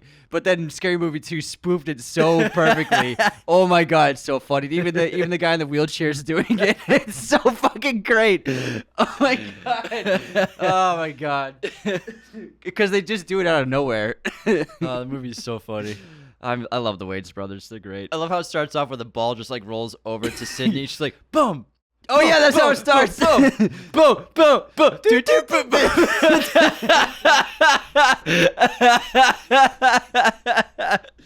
Oh my god, what a fucking movie! All the scary movies are great. They're awesome. Next, we have The Haunting is the Liam Neeson one you're thinking That's of. it. Yes. Which is a very mediocre horror movie. Then why'd you put it on the fucking list? Because there weren't that many horror movies in '99. It's true. I had to put something on there. I mean, we got Lake Placid on there. Like, we had, Lake Placid was fun. yeah, when you were 9. I love giant crocs, bro. I love crocodiles killing. I mean, if you think about like it's the Meg, Yes. basically. You just don't like giant crocs, man. I never said that at all. You're putting words in my mouth. You love giant crocs, though. The Haunting is, a mansion on Hill House. Same old thing. Who else is in The Haunting? The Haunting, Liam Neeson, Owen Wilson, Catherine Zeta-Jones, That's it. Catherine Zeta-Jones. Yeah. Lily Taylor. Yeah, I remember liking this movie. It was probably terrible if I watched it again. All right, let's get to the action genre now, and we have some bangers in here. We got Star Wars Episode 1, The Phantom Menace, which was obviously a huge deal when it came out. Not well received, but it was, as a kid, I loved it. Now, Highest grossing movie of the year, yeah, too. I had an absolute blast watching this movie. I think it broke a bill. It was about 930 mil. Okay. Pretty close. Very, very successful. And, it's episode 1. It's awesome. We have maybe the best lightsaber duel in the entire franchise of Star Wars is in this movie. And, the birth. I mean, this was huge for Ewan McGregor. He became a superstar after this. I think. Yeah. He's such a Yeah. legend now. It's so cool to still see him playing the character of Obi-Wan. But, I mean, What about Hayden? You're just like acting like he doesn't. Oh, I'm sorry. He's not in this one. He's not in this one, man. not in this one. Holy crap, Anthony. Yeah, he's Get not off in this. my butt, dude. What? But get off, Get off get off my butt. ass. Get off my ass. Get off People my. don't say get off my butt. It's funny. I was gonna say like I shouldn't cuss so much, but we just dropped 5 F-bombs in a minute. Get off my butt My cheeks. tuchus. My tuchus. But I mean, pod racing was so fun. We Yeah, had it that was N64 game. It was a blast. I loved this movie when I was a kid. Yeah, same. And then the second highest grossing movie that year was a James Bond movie starring Pierce Brosnan. The World Is Not Enough. It's not the best Pierce Brosnan one, but it's still solid, and it was very successful. Huge hit, like all James Bond movies are. And what do you do, 5 or 6? He did 5, I believe. 5. This is Dr. Christmas is the Bond girl, Denise Richards. Oh, yeah. I loved her. Robert Carlyle is the villain. Oh, snap. Is yeah, he really? He's the villain.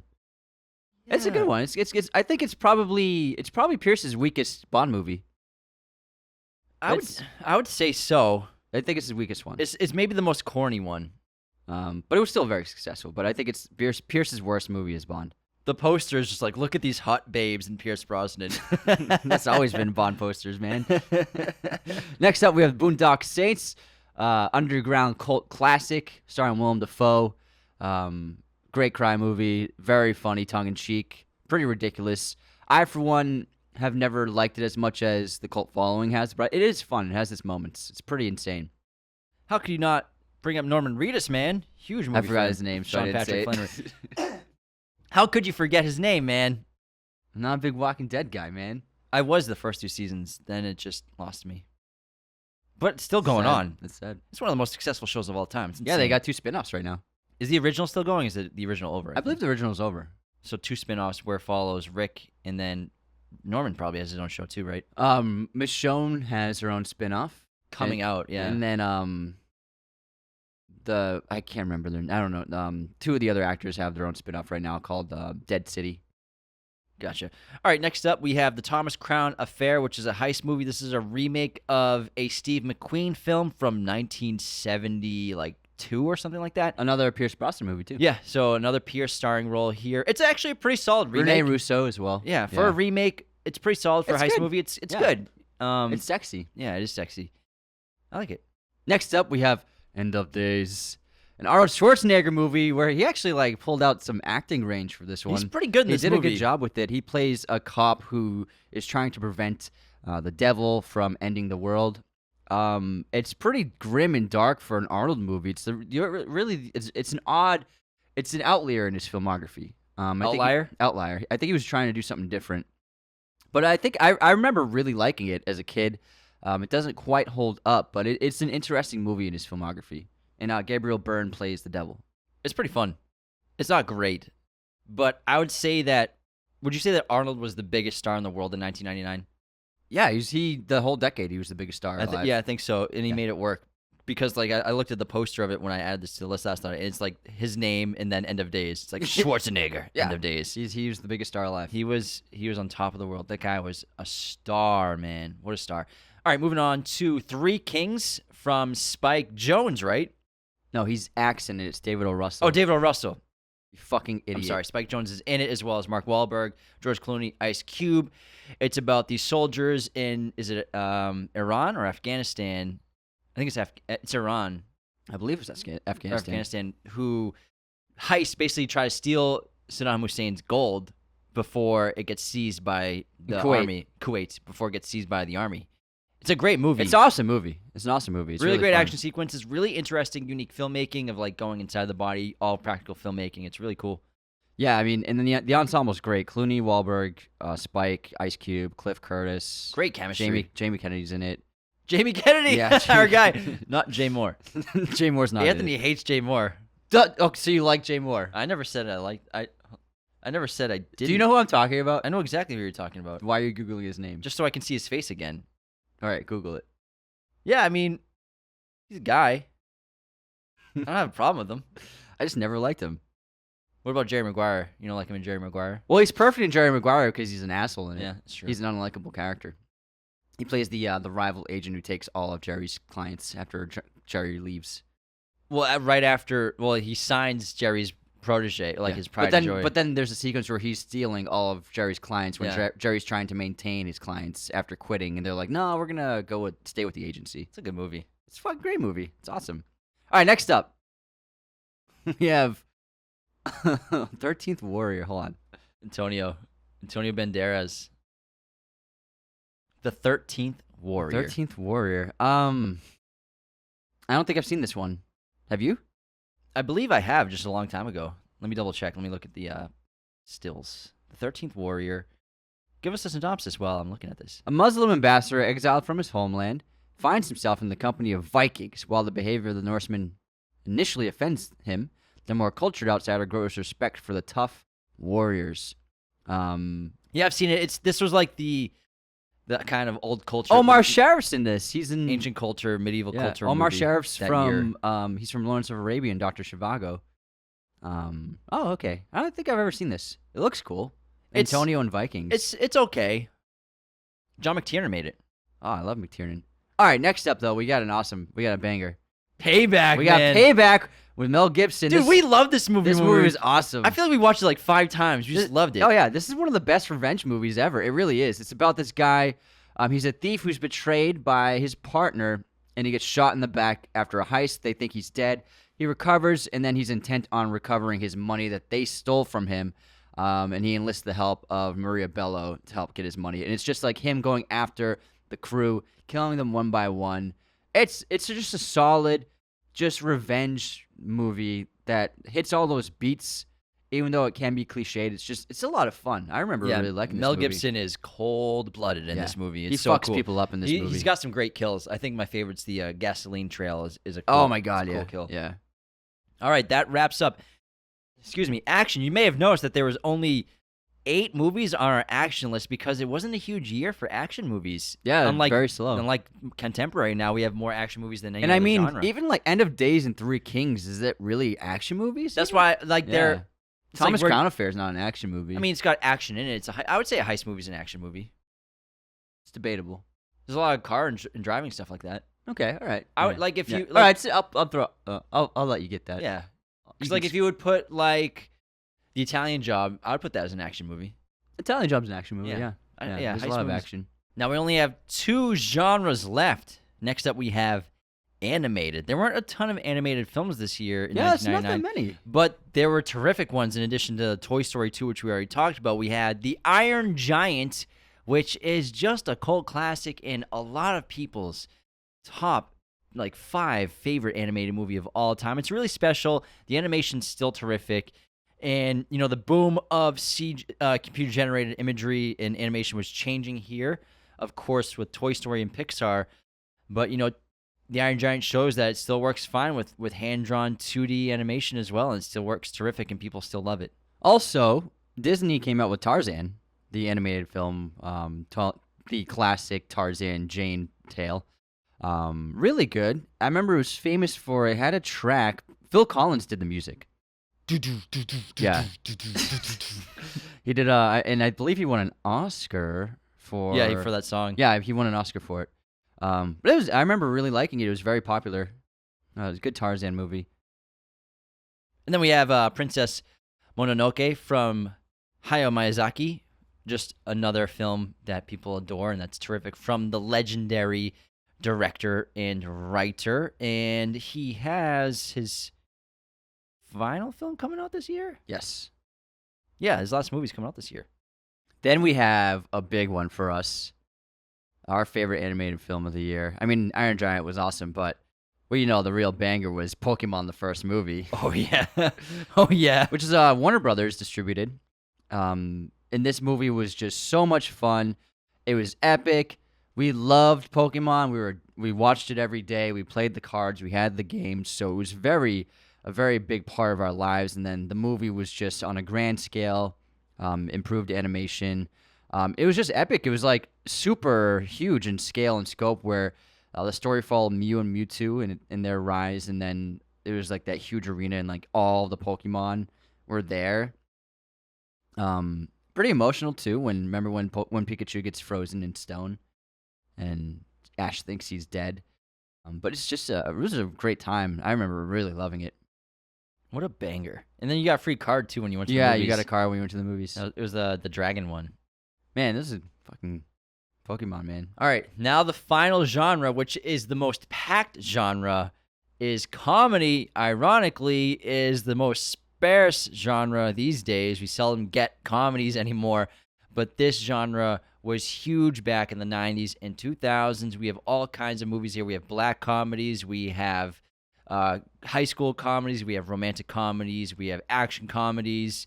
Satirical comedies like Ed TV's on here. So just a ton of great movies.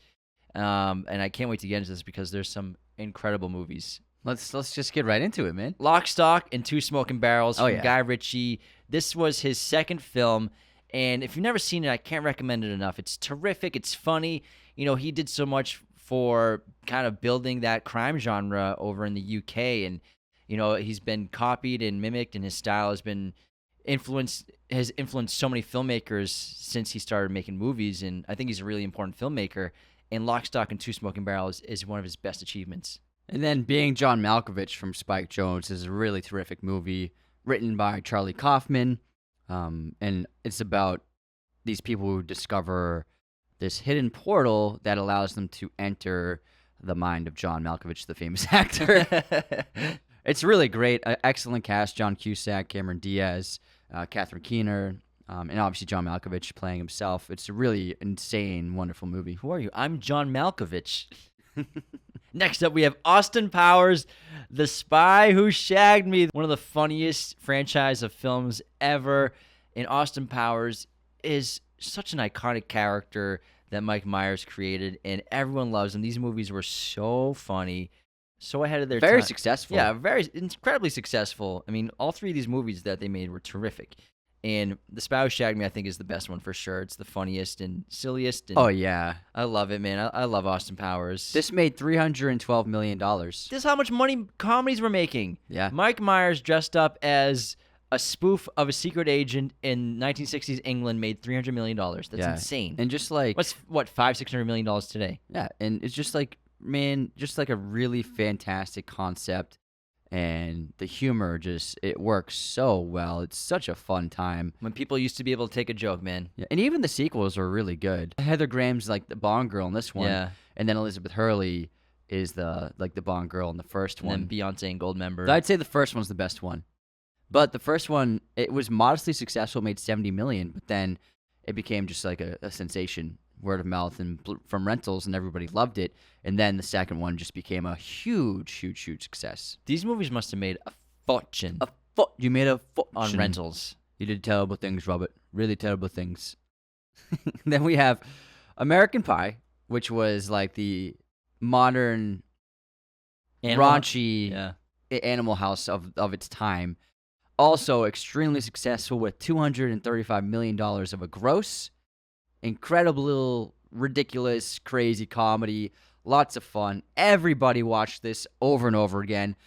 This has to be one of the most rented movies of that decade for sure, because everybody loved watching this. We watched this with our friends so many times. It was like a common like hang out with your buddies and watch American Pie kind of thing. It's one of those movies that this is what teenagers are like when you're in high school. It's very accurate to coming of age of, trying to figure out what sex is like, because the story's about these four best friends who, by the time prom comes around, we're all gonna no longer be virgins.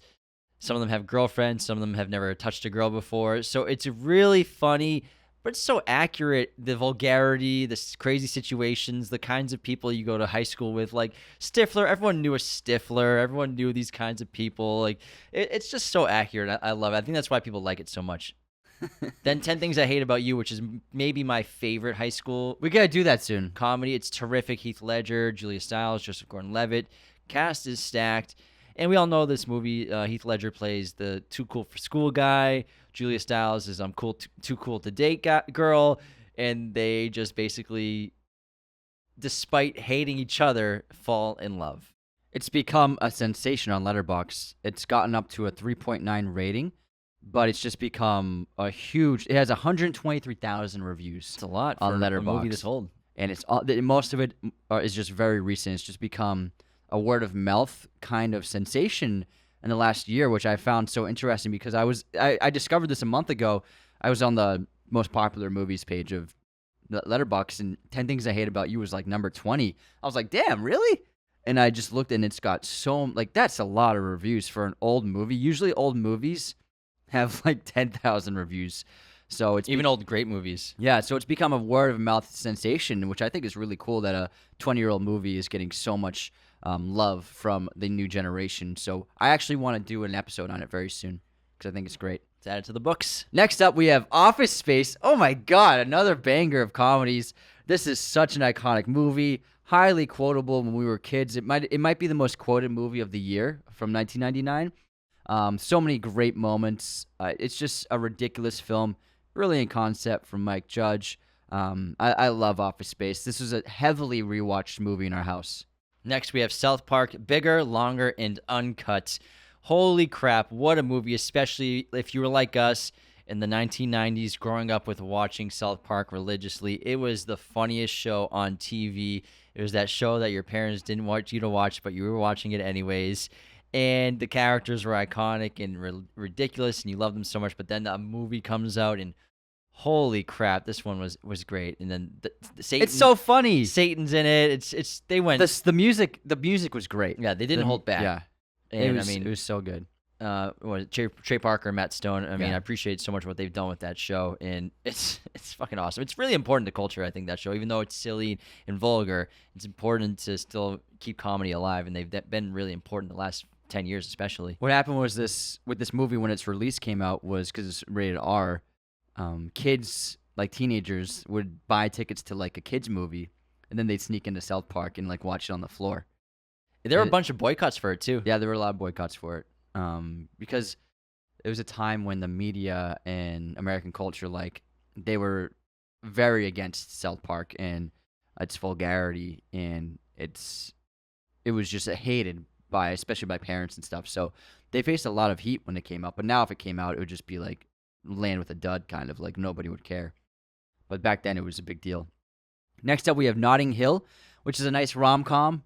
Hugh Grant plays this random guy who Some random guy. I can't remember what he does for a job, but he starts dating a famous movie star played by Julia Roberts. It's a good rom-com. I like it. It's cute. What's his fucking job? Notting Hill. He's a bookstore owner. Bookshop owner. That's it. Because she goes inside the bookstore, right? Yeah. It's cute. It is cute. I think it's a really good rom-com. It's definitely up there. And it takes place in London too. Yes, I like it from London. Next up, we have Varsity Blues, an iconic high school football movie. It's got all the cliches that you love to have in a high school movie. We have the jock quarterbacks. Paul Walker's in this as well. We have the offensive lineman who's the craziest of them all. Crazy coach. We have the fast-talking wide receiver. Yeah, the insane coach. It's legendary. Like, if you grew up in a place where high school football was as big as like the NFL, this is right up your alley. It's awesome. It's funny, relatable, coming of age, dark at times, but I think it's a really good movie. Not Another Teen Movie did a great spoof of it. Oh my God, it's so funny. Chris Evans plays the jock quarterback. It's great. It's amazing. They did a great job. Dawson's Creek's in this too. What the fuck's his name? Yeah. I can't remember. Dawson Creek's. His name is James Vanderbeek. James Vanderbeek. His name was Robert Paulson. Next up, we have Galaxy Quest, which I think is one of the stronger comedies on this list. It's about a group of actors who act in a Star Trek-esque show, and then they are actually abducted by aliens who think that their show is reality, and they enlist the help of these actors to help them fight an evil force that's destroying their world. And so these actors have to help these actual aliens because they thought they were like real like space people. It's really funny. Great cast. Tim Allen, Sigourney Weaver, bunch of great actors, big ensemble. Next we have But I'm a Cheerleader. This is an early role for Natasha Lyonne, who has had a huge boom the last several years. She's been working with Ryan Johnson on a couple of projects. She's got her own TV show now with Ryan Johnson that's on Netflix, I think. Yeah, Russian Doll is the other Russian one. Dolls, but also Orange is the New Black was huge for her too. And this is like a pretty solid high school comedy. And yeah, I recommend it if you're into that kind of stuff. It's on the Criterion Channel right now, actually. Melika Linsky, RuPaul, Clea Duvall, Michelle Williams in this. Bunch of early roles for a bunch of huge stars. Mm-hmm. Next up, we have Election, which is a really fantastic Alexander Payne movie starring Reese Witherspoon in her big breakout and Matthew Broderick. And so Reese Witherspoon plays this like annoyingly perfect student, and Matthew Broderick plays a teacher, and she runs for class president, and because Broderick can't stand her, he tries to stop her from winning. It's really funny. It's actually some really great dark humor, excellent screenplay. I highly recommend Election. It's actually one of my favorite movies of 1999. Moving on to Jawbreaker, which is a pretty like decent high school crime comedy where these three girls played by Rose McGowan, Julie Benz, and Judy Greer, and Rebecca Grayhart as well is in there. They accidentally kill one of their friends, and they try to cover it up. Pam Grier plays a detective in this who they're trying to hide it from as well. Oh, I remember this movie. Yeah. Yeah. I'm looking at the photos. Yeah, I remember this. Man, we're old. Rose McGowan, man. Next up, we have Detroit Rock City, which is a fun rock and roll movie about a group of buddies who are trying to get into a Kiss concert, and it's like a road trip kind of movie. It's really fun. I like that movie a lot. I thought it was a lot of good. fun. Great music as well. Yeah, James Furlong's in it. I mean, Edward Furlong's in it. It's like, how are we going to get there? And everything keeps happening to prevent them from getting to the show. Yeah, but Kiss is actually in the movie as well. It's a fun movie. I think they did a good job. Moving on to Never Been Kissed. It's a movie starring Drew Barrymore, who plays somebody who's never been kissed. And it did not age well. Yeah, it didn't. But what's she doing? She's writing an article about it, or I'm trying to remember. She's a journalist. She's writing a piece, and so she joins a school undercover as a high school student. Right? She writes for the Chicago Times.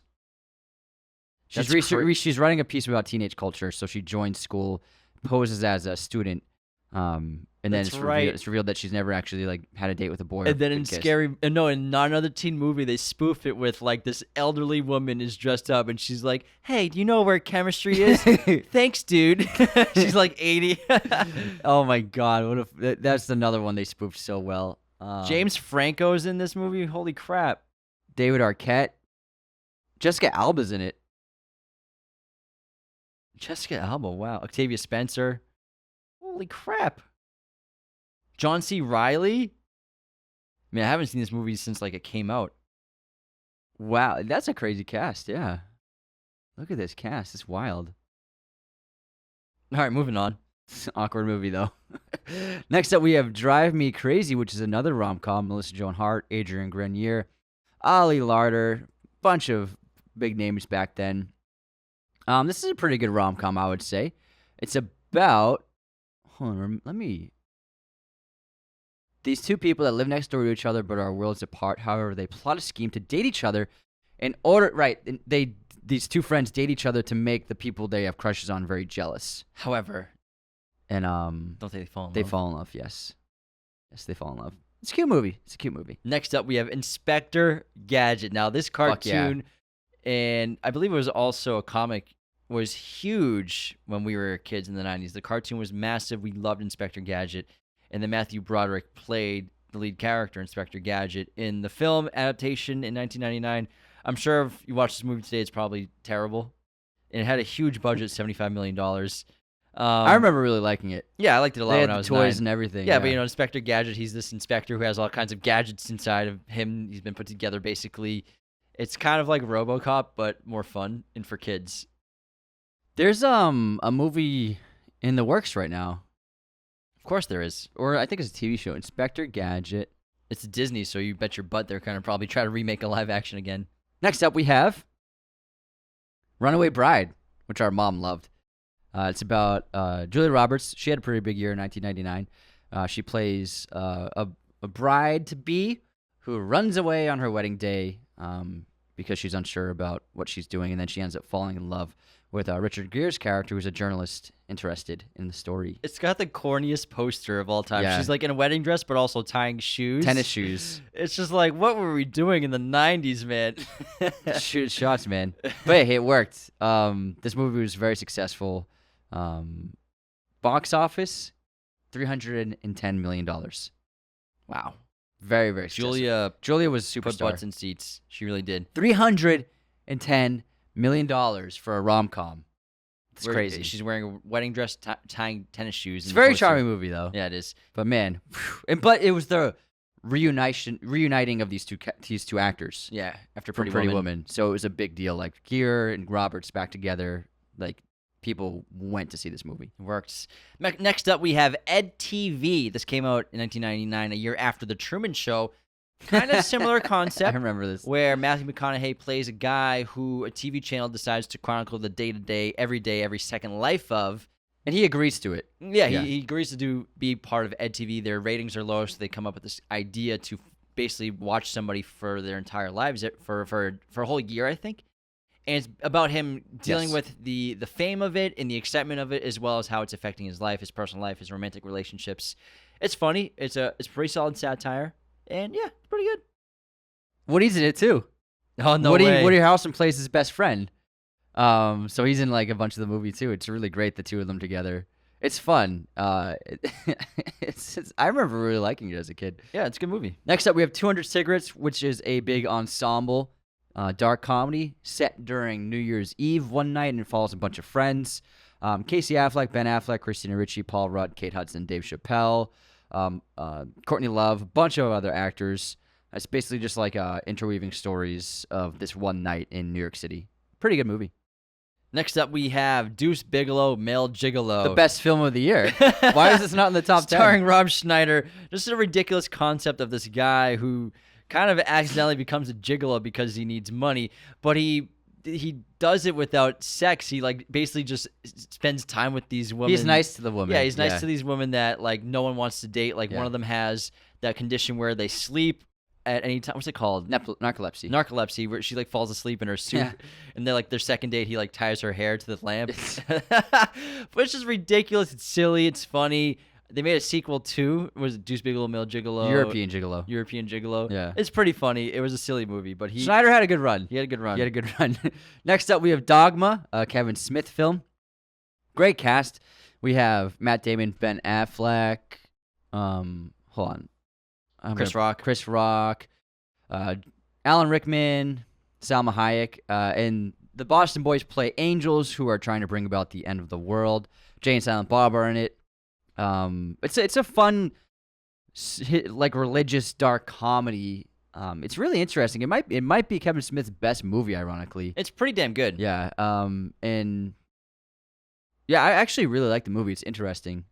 It's cool. I mean, I miss Heaven and Hell movies.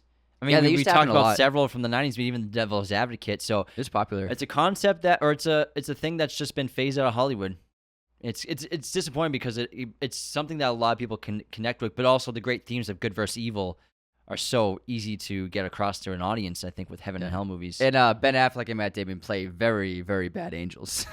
They do some fucked up shit. Remember The Boardroom? Yeah. Yeah. Some fun stuff in this Pretty movie. bad. It's pretty bad. Next up, we have She's All That, which is just a cliche high school rom-com starring Freddie Prinze Jr.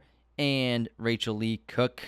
Matthew Lillard's in it as well. Paul Walker. He was in a bunch of these movies in the 90s. Big year. Anna Paquin. Kieran Culkin. Solid, high school typical rom-com. All the typical beats. Then we got Sandman, Adam Sandler in Big Daddy, which was a huge hit.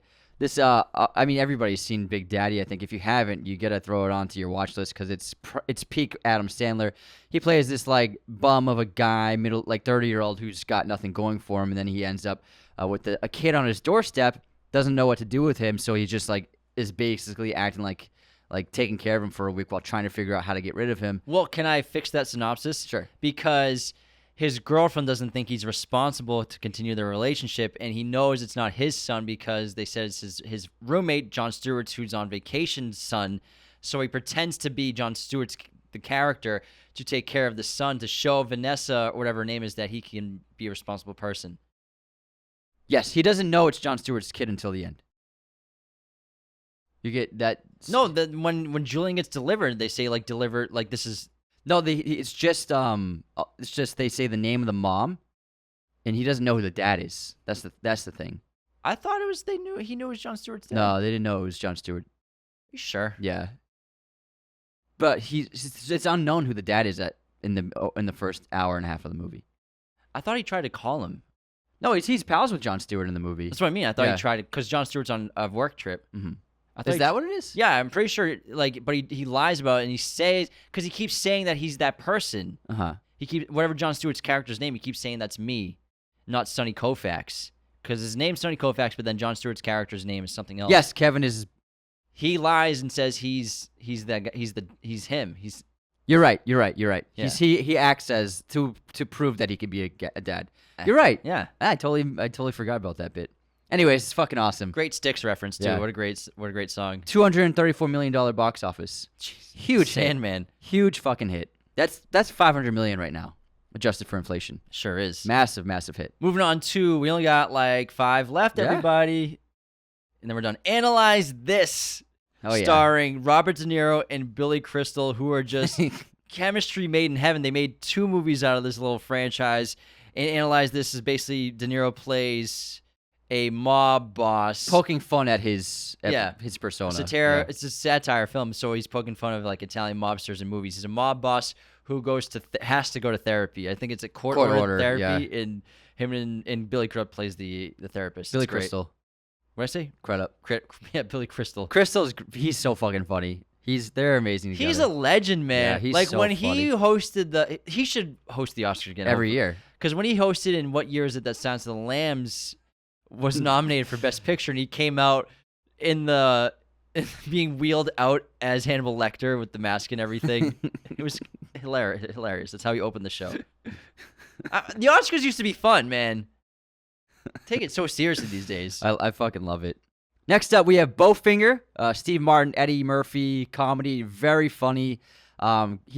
Steve Martin plays a failing filmmaker who decides to make a movie about Eddie Murphy without Eddie Murphy knowing that a movie's being made of him. Murphy's a famous star in that world of the movie, in the world of the movie. The movie. And so it's a fun documentary style filmmaking that Steve Martin approaches, secretly making a movie about the superstars to try and save his own career. But it's really fun. I like it. I remember really enjoying it. Next we have Oh my God. Mystery Men. So this is I haven't even thought about this movie since it came out. This is the superhero movie before superhero movies. So I believe it takes place in a city where there's already a superhero, but there's a bunch of quirky people that want to be superheroes and also want to fight crime. So they all have these weird abilities. They're not superpowered abilities. They're good at things. And Captain Amazing is the superhero. yeah, and then Ben Stiller leads this ragtag group of mystery men Oh my who God. try to solve crimes with their talents. Doesn't one of them use a bowling ball?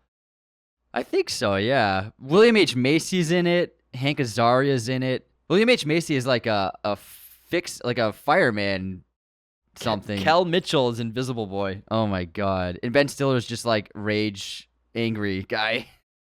Oh my God, this movie, I can't believe they made this movie. Oh yeah, William H. Macy wears the firefighter outfit. Yeah.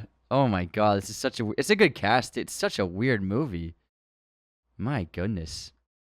I remember loving it though as a kid. Yeah, it was huge with kids. It was awesome. And wasn't there?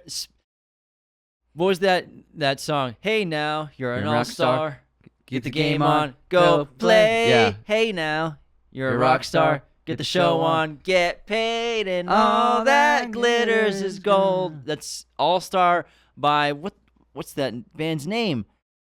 Oh, y'all are screaming at your Smash Mouth. Smash Mouth. Fucking Smash Mouth. had My that- God. We had that CD, man. It was like Smash Mouth was huge. It was like a lime green CD case.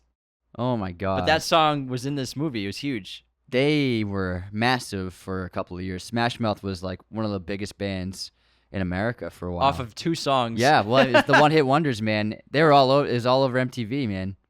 Holy crap! All right, now we got Stuart Little, which is a fun kids movie about a family that adopts like this little mouse dude, Stuart. Michael J. Fox plays Stuart, obviously. It's a cute little fun comedy. It's actually pretty good. Yeah, we actually did it for a bonus review on Patreon. Yeah, we did. Yeah. Next up, we have Superstar, which is a great SNL movie. It's a great SNL movie starring Molly Shannon and Will Ferrell. She played that character on SNL, right? For a long time, yeah. For a while, and then they made a movie about it. So I missed when SNL, the show used to be so good and have such great characters that movies were made about characters. Yeah, that's never happened. That will never happen again. Like the characters were so amazing that entire movies were made off. Like Night at the Roxbury. Or like, and like a lot of careers were made off of, a lot of movie careers were made of actors playing similar characters. Like Adam Sandler's career is built off of SNL doing that, like Man Baby, Man Child. Yeah. So I missed that about SNL. That's how good it used to be. You could make a movie off of sketches. Yeah. I mean, they did a bunch. Even what was it, like the Groovy Man? What was it? Oh, with Soul what's his Man. name? Yeah. I can't remember. What was that sketch called? Hold on, SNL sketch. Soul Man. Groove Man. Something like that. He on the SNL he would Yeah. take calls Yes. for people who I can't remember. like the Blues love- Brothers was another one. Blues Brothers. Blues Brothers, yeah. There were a bunch. All right, next up. Too many to count. Too many. The last one. Wait, I 1 second. You got it, man? You got it. Hold on, I got it too. Hold on, I'll find it. We're gonna keep talking. Hold on, we could get this. Wow, we do Sketch. this. Whoever gets it first wins. The Ladies Man. Ladies Man, that's it. Gotcha. Tim Meadows. Tim Meadows. Yeah, they made a movie of So the that. sketch would people would call Yeah. on the phone, And he was on, like, the Ladies big bed. Yeah. That was funny. All right, next up we have the final film of 1999, starring Will Smith, Kevin Kline, Kenneth Branagh, Salma Hayek. Salma Hayek was huge, man. Wild Wild West. Chicka Wild Wild West. Chicka Wild Wild West. This movie was so bad. The biggest bomb of the year. Actually, it wasn't that big of a bomb. It made $220 million, but its budget was $170 before marketing. So Probably lost. it lost money, but it wasn't as bad as people. It wasn't a huge bomb, but it was horrible. The movie has 4.9 on IMDb. Oh my god, Which is very bad, and then 60% on Rotten Tomatoes. Will Smith was on top of the world, but this was his big miss. It could have worked. It was interesting. It was fun to see Will in the Wild West setting, the cowboy setting. Kenneth Branagh is fun as this really crazy villain, but it was just too weird. It was too strange, and the comedy just didn't work. It was like steampunk before steampunk was yeah. a thing in a way. And there was a big marketing campaign. I bet they spent $100 million on the marketing because remember they had everywhere. the BK tie-in. Yeah, And Burger King. Burger King had like the special like toys and stuff that you would get when you they got had a burger. Yeah, they had a burger. Yeah, Did the rodeo cheeseburger become invented from Wild West? I think the rodeo cheeseburger was before that. So the rodeo cheeseburger is just a cheeseburger Fucking with best thing. barbecue sauce and 99 cents. and barbecue sauce and an onion ring. The rodeo cheeseburger. And bacon. Bacon? Yeah, the rodeo cheeseburger. Let me double check. That was my favorite thing at BK. Let's see. Rodeo. Well, it might have just been onion ring. No, yeah, it's bacon on it. No bacon. It's just an onion ring, bro. Okay, yeah, it's topped with crunchy onion rings and tangy barbecue sauce. You're right. But it was famous because it was 99 cents, and it was fucking delicious. It came out in 1998 for small soldiers. For small soldiers, that's right. So they used to do that with like Burger King, McDonald's. They would make sandwiches for movie releases. Yes. I thought, yeah, so I got it mixed up. So Wild Wild West, you get toys with it. You get toys with the BK Big Kids meal. Remember BK Big Kids meal? Oh my god. Big kid diabetes meal. I was a big kid. That was accurate. It was accurate. Man, they used to really give you some good toys, though. Oh yeah, it was great. I'm sure they still do it. Maybe. But actually, no. These are actually like legit action figures you would get. But Wild Wild West, it's an okay movie. At the time, it was great. But you're right. I think it's a little too weird. And sure, I'm sure kids would be entertained if they saw it today to an extent. But I liked it. But if I watched it today, I think I would not like it. Yeah. The thing is, the director Barry Sonnenfeld, he had just done Men in Black, which was a huge hit. And so I think they were given free reign by the studio to do whatever you guys want to do next. Go ahead and do it. And he's like, I want to do this crazy sci-fi Western. I got Will. And they were like, okay, yeah, go for it. And Men in Black was insanely good. So I think they just got the green light to do whatever they wanted. And it was just maybe not the right green light. Seemed like it. Should have hit red. I remember liking it as a kid, though. Yeah, I remember me too. liking it. I mean, it was the biggest movie of the year when you were 9. This and Star Wars. The Mummy. And The Mummy. Oh, yeah. My God. 1999. I keep forgetting it was such a banger. But Men in Black was $600 million gross, very successful in 1997. Wild Wild West still made some money, but I'm sure it ended up profiting rentals and DVDs and stuff, but it's just a bad movie. All right. That wraps the year Wow. of 1999 in film. Absolutely insane. Took 2 hours to go over them all. Not just how many movies came out, because there's still plenty missing that we didn't add here, but so many movies that are worth bringing up and are worth watching. Yeah. Which is about like 90% of this list. And absolutely absurd. It's shocking how many like really good movies are here. How many rewatchable movies. I mean, even just like in the deep tracks of like 50s and 40s, there's still very good movies. Holy crap. And then the top 10 is fucking absurd. The top 10 is like, oh, you could put a bunch of these on the list for greatest movies of that decade. You definitely could. Yeah. You definitely could. Like The Matrix, Fight Club, American Beauty, Talented Mr. Ripley. You could put those the best movies of the 1990s. Yeah, you could put that on that list. Absolutely. So crazy. All right. Thanks so much for tuning in to Raiders of the Lost Podcast. Become a patron today at patreon.com/Raiders of the Lost Podcast. And don't forget to leave those 5-star reviews on Spotify and Apple Podcasts, a.k.a. iTunes. Thank you so much for tuning in around the world, everybody. See you next time. This episode was executive produced by our chosen one patrons, Cody Moen, Andrew Hagan, Becca Keene, Benjamin Cook, Calvin Murphy Griggs, Nicholas Martin, Darian Singleton, Tyler McFly, Andrew Hagan. Our chosen one patrons are our biggest supporters. Thank you so much. Raiders of the Lost Podcast is a mirror image production. Sound mixing done by Jacob Kossler. Opening music by Chase Jackson.